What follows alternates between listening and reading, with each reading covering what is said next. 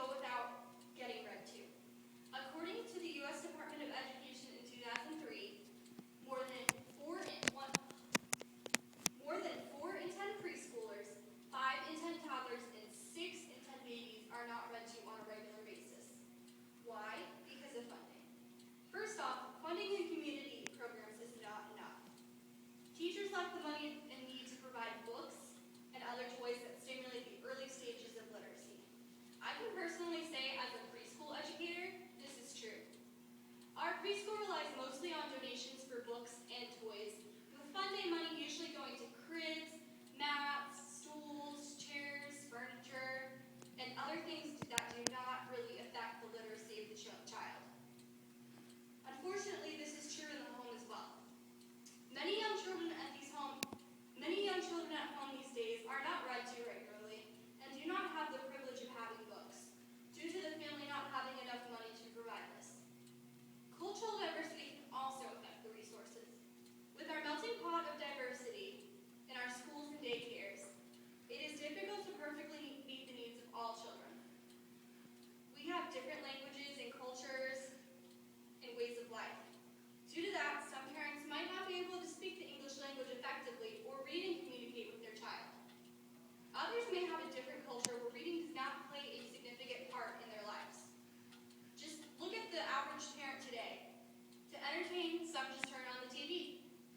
Although this does promote oral language, where is it written? How will a child know what these words look like?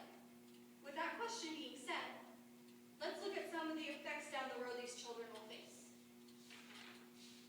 According to the U.S. Department of Education in 1993, in our highest